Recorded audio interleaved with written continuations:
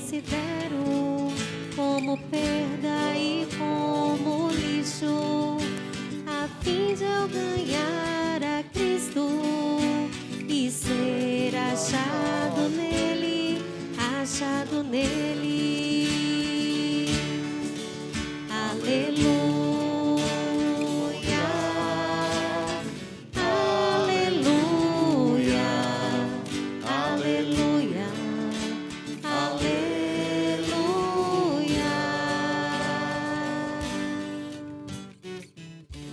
O Senhor esteja convosco. Ele está no meio de nós. Proclamação do Evangelho de Jesus Cristo segundo Lucas. Glória a vós, Senhor. Naquele tempo, disse Jesus aos seus discípulos: Eu vim para lançar fogo sobre a terra, e como gostaria que já estivesse aceso. Devo receber um batismo, e como estou ansioso até que isso se cumpra. Vós pensais que eu vim trazer a paz sobre a terra? Pelo contrário, eu vos digo, vim trazer divisão. Pois daqui em diante, uma família de 5 pessoas, 3 ficarão divididas contra 2, e 2 contra 3 ficarão divididos. O pai contra o filho e o filho contra o pai. A mãe contra a filha e a filha contra a mãe. A sogra contra a nora e a nora contra a sogra. Palavra da salvação. Glória a vós, Senhor.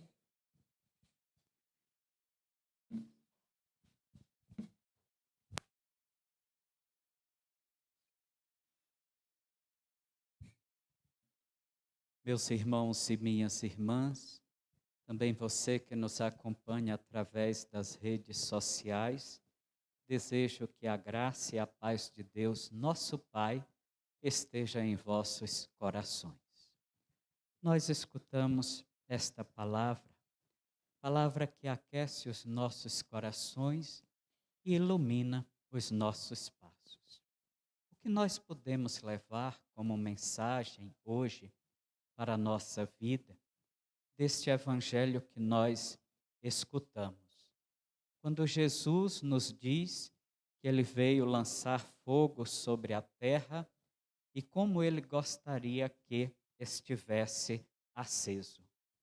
É uma visão um tanto diferente daquela que nós estamos acostumados a ter a respeito de Jesus. Nós imaginamos Cristo como uma pessoa totalmente pacífica, e de fato Jesus o é. Mas esta dimensão da paz, ela é interpretada por nós ocidentais de uma outra maneira, e talvez por isso nós tenhamos dificuldade de compreender determinadas passagens do Evangelho. Quando Jesus fala deste fogo aceso sobre a terra e que ele traz consigo, Jesus não fala de uma experiência de guerra ou mesmo de conflito constante, mas ele fala deste fogo do Espírito, que em nós faz com que sejamos capazes de tomar as nossas decisões e a nossa posição. Quando o ser humano enxerga a Jesus Cristo, quando o ser humano aceita a Jesus Cristo em sua vida, ele tem que necessariamente tomar uma decisão e uma posição por Jesus. Nós não podemos viver com Cristo, com a sua verdade, e conviver com verdades alheias à verdade de Cristo. Estas realidades não combinam e não se completam. É o que Jesus quer explicar neste evangelho, quando ele nos diz que o pai ficará contra o filho contra o pai, a mãe contra a filha contra a mãe, a sogra contra a nora e a nora contra a sogra. Meus irmãos e minhas irmãs, é preciso decidir. E quando nós hoje, sobretudo, assumimos esta decisão por Jesus, muitas vezes a gente percebe que dentro da nossa própria família, nós vamos encontrar a rejeição e até mesmo a incompreensão por causa da nossa decisão a favor de Cristo.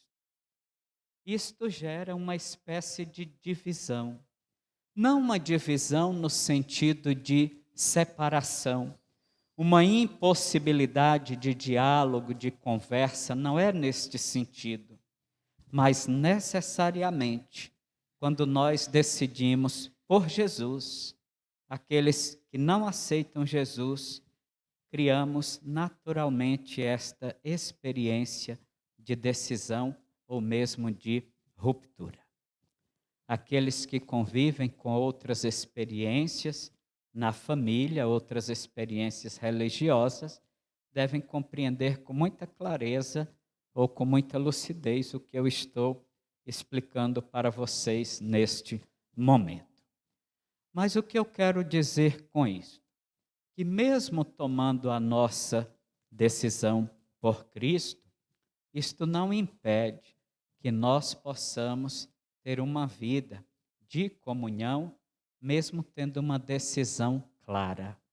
O que nós não podemos abrir mão é da nossa decisão por Jesus, por causa de propostas que possam vir de encontro àquilo que Jesus propõe à nossa vida, como mudança e como transformação. O encontro com Cristo, necessariamente, ele gera, ele produz em nós esta experiência do fogo. O fogo como este elemento que consome e que purifica em nós todas as realidades que precisam ser purificadas.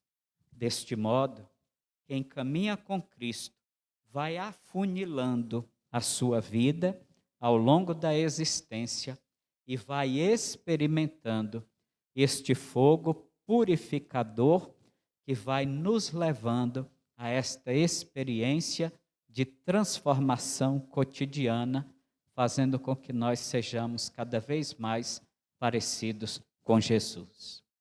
Esta é a experiência que dá dignidade à nossa vida cristã e que Paulo, na leitura que nós escutamos hoje, ele apresenta a Deus a sua oração de ação de graças por todos aqueles que acolheram a verdade da fé em Jesus e que a conservaram em seus corações. São João Paulo II, que hoje nós celebramos, ele vivenciou intensamente esta realidade que hoje nós acabamos de pregar da palavra de Deus. Foi um homem de diálogo, mas um diálogo com uma posição clara a respeito da verdade que é Cristo. Foi um pastor que nos ensinou a doutrina sobre Jesus, mas também sobre o ser humano neste mistério com Cristo.